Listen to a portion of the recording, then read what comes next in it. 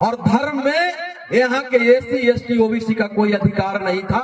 यहाँ धर्म में जो वर्तमान धर्म है उस धर्म में 4 गो श्रेणी बनाई गई थी, ब्राह्मण, क्षत्रिय, वैश्य और शूद्र। शूद्र को कोई अधिकार नहीं था। उन्होंने कहा था कि ऐसा चाहूं राज्य में जहां सबन को मिले अन्न, छोट बड़ सब सम बैठे, रैदास रहे प्रसन्न। यानी जिस वक्त वो ये बात को बोल रहे थे कि ऐसा चाहूं राज्य में जहां सबन को मिले अन्न, इसका मतलब सबको अन्न नहीं मिलता था। संत शिरोमणि रैदास जी आर्थिक समानता और सामाजिक समानता के जंग छेड़े हुए थे।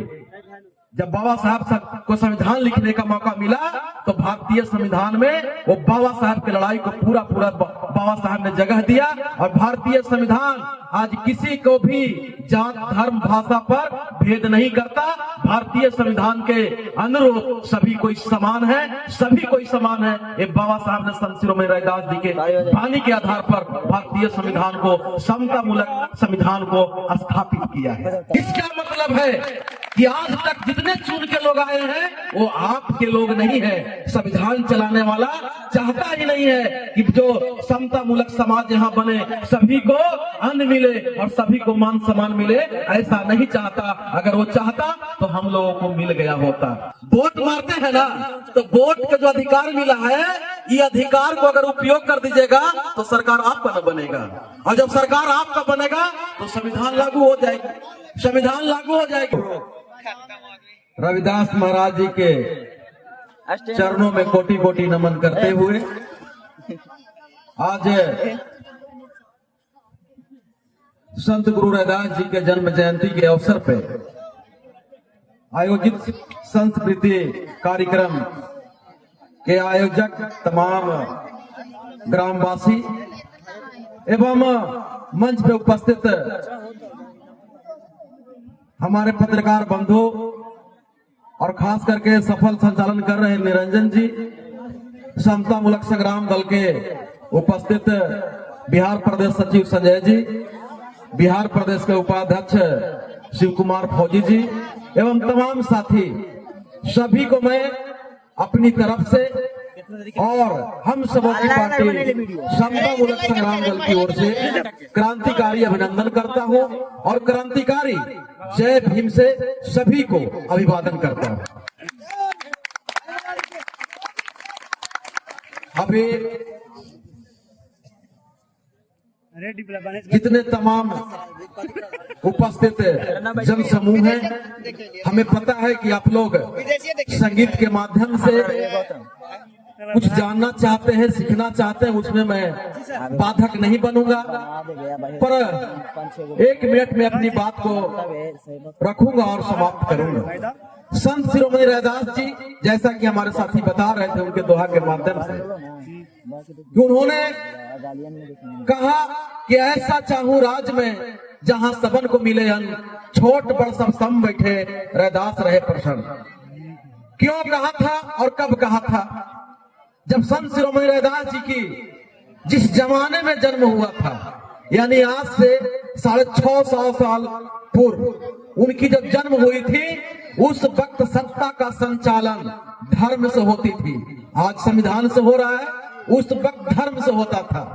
और धर्म में यहाँ के एससी एसटी ओबीसी का कोई अधिकार नहीं था। यहाँ धर्म में जो वर्तमान धर्म है उस धर्म में 4 गो श्रेणी बनाई गई थी, ब्राह्मण, क्षत्रिय, वैश्य और शूद्र। शूद्र को कोई अधिकार नहीं था।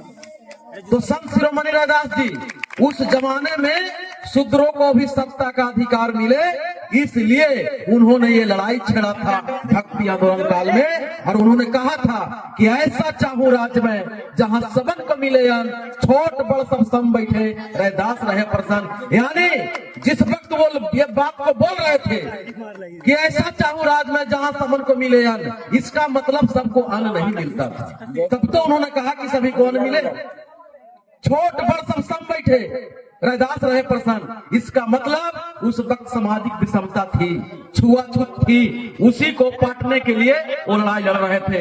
यानी संत शिरोमणि रैदास जी आर्थिक समानता और सामाजिक समानता के जंग छेड़े हुए थे।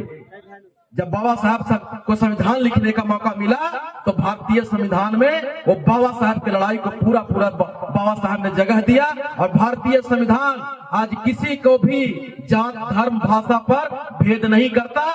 भारतीय संविधान के अनुरूप सभी कोई समान है, सभी कोई समान है। ये बाबा साहब ने संत शिरोमणि रैदास जी के वाणी के आधार पर भारतीय संविधान को, समता मूलक संविधान को स्थापित किया है। लेकिन आज भी लोग भूखे रह रहे हैं, आज भी लोग के साथ भेदभाव हो रहा है, जाति के आधार पर शोषण और जुल्म हो रही है। बताइए कि संविधान का 75 साल हो गया जहां सभी को समान अधिकार मिल गई, फिर इस तरह का घटना क्यों घटती है कि रोज आप सुनते होंगे कि गरीब समाज का, दलित समाज का बेटी बहू को इज्जत को लूटा गया, कहीं हत्या हो रहा है, बलात्कार हो रहा है, शोषण जुल्म, जमीन लूटा जा रहा है। ऐसा क्यों हो रहा है? इसलिए हो रहा है कि बाबा साहब ने संविधान लिखने के बाद आप लोग को हिदायत किया था कि संविधान तो हमने लिख दिया पर निर्भर करेगा चलाने वाला पर।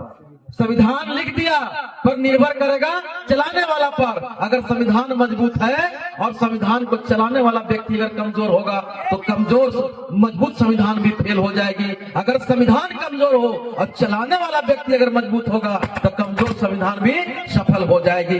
इसका मतलब है कि आज तक जितने चुन के लोग आए हैं वो आपके लोग नहीं है। संविधान चलाने वाला चाहता ही नहीं है कि जो समता मूलक समाज यहाँ बने, सभी को अन्न मिले और सभी को मान सम्मान मिले, ऐसा नहीं चाहता।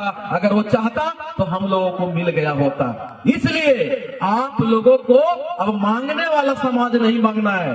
आप मांगने वाला बने हुए हैं, आप मांगते हैं तो कौन मांगता है? मांगने से अधिकार मिलता है, छीनना पड़ता है। अधिकार छीनना पड़ता है तो छीनेगा कौन? जिसको गट्टा में दम रहे। कौन छीनेगा? जिसके गट्टा में दम रहेगा, बाजू में ताकत रहेगा, वही न छीनेगा। अभी दार नहीं छीन रहे हैं, इसका मतलब है कि आप अपने ताकत को नहीं समझते हैं। आपको ताकत बाबा साहब ने दिया है, आपके गट्टा में ताकत बाबा साहब ने दिया है। आपके गट्टा के ताकत से तो ही सरकार चलती है। वोट आप लोग मारते हैं ना, वोट मारते हैं ना, तो वोट का जो अधिकार मिला है, ये अधिकार को अगर उपयोग कर दीजिएगा तो सरकार आपका न बनेगा। और जब सरकार आपका बनेगा तो संविधान लागू हो जाएगी, संविधान लागू हो जाएगी। यानी गट्टा के आप जो ताकत है उसका इस्तेमाल शासक बनने के लिए नहीं, आप अपने अधिकार छीनने के लिए नहीं, आप सलामी ठोकने के लिए कर रहे हैं। यही दुर्भाग्य है, यही दुर्भाग्य है।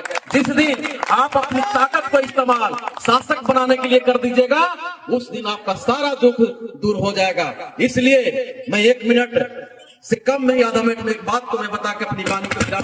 समता मूलक संग्राम दल पूरे बिहार में हमारा जो अधिकार है वो पहला अधिकार है घर का। हमें घर चाहिए। ये भारतीय संविधान में बाबा साहब हम लोग को दिए हैं। भूमि सुधार अधिनियम एक कानून है जिस कानून के माध्यम से जो पहले जमींदारों के जो जमीन थी, जो बिहार सरकार जमीन कहलाया आज के समय में, वो बिहार सरकार के जमीन को बांटने का निर्देश देता है भारतीय संविधान। कहता है कि जो जमीन है वो भूमिहीनों के बीच में बांटना है। तो नीतीश कुमार क्या किए हैं? 5 डिसमिल, प्रत्येक भूमिहीनों को 5 डिसमिल जमीन दिया जाए, ऐसा संविधान में से कानून बना के। लेकिन आज 5 से 10 साल हो गया कानून बने हुए, किसी को मिला है 5 डिसमिल जमीन? ना मिले। भूमिहीन है, किसी को मिला है? आपके अगल बगल वाला के मिला है? नहीं मिला है। ये छीनना चाहिए कि नहीं छीनना चाहिए?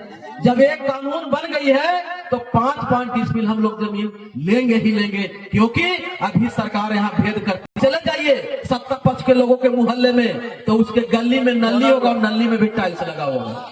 उसके मोहल्ले में गली में अगर नली होगा तो उसमें भी टाइल्स लगा होगा। और चले जाइए दलित के मोहल्ले में, चले जाइए अति पिछड़े के मोहल्ले में, तो गली तो मिलेगा पर उसमें नली के पानी खाली मिलेगा। हम लोगों को गली में जाने की जगह नहीं है, इतनी भेद हो रही है। तो 5 डिसमिल जमीन हम लोग के लेना है। ये समता मूलक संग्राम दल ललकार रही है यहाँ के शासक वर्गों के कि हम आ रहे हैं, हम अपने लोगों को हम जमीन छीन के तुमसे लेंगे, भीख मांग के नहीं लेंगे, हम छीन के लेंगे। जैसा कि आपको हमने कहा कि गट्टा में ताकत, तो लोकतंत्र में व्यक्ति व्यक्ति नहीं लड़ता है कि आप तेजस्वी थोड़ा सा फरियाल लो, आओ नीतीश कुमार थोड़ा सा फरियाल लो, ऐसे नहीं लड़ाई होता है। लड़ाई कैसे होता है? लोकतंत्र में भीड़ से लड़ाई होती है, लोकतंत्र में जनसंख्या से होती है। तो गांधी मैदान में जितना भूमिहीन है सब पहुंचने के काम कीजिए और इतना जनसंख्या दिखाइए कि चाहे तो जमीन दे, चाहे तो गद्दी छोड़ के भाग जाए, दो गो में एक गो। तो हम लोगों ने नारा दे दिया है कि जो जमीन सरकारी है वो जमीन हमारी है, और बदलो सरकार, बदलो बिहार, और अब की बार अम्बेडकरवादी सरकार मिशन 2025। मैं इतने बात बोल के अपनी वाणी को विराम दे रहा हूँ। जय भीम, जय भारत।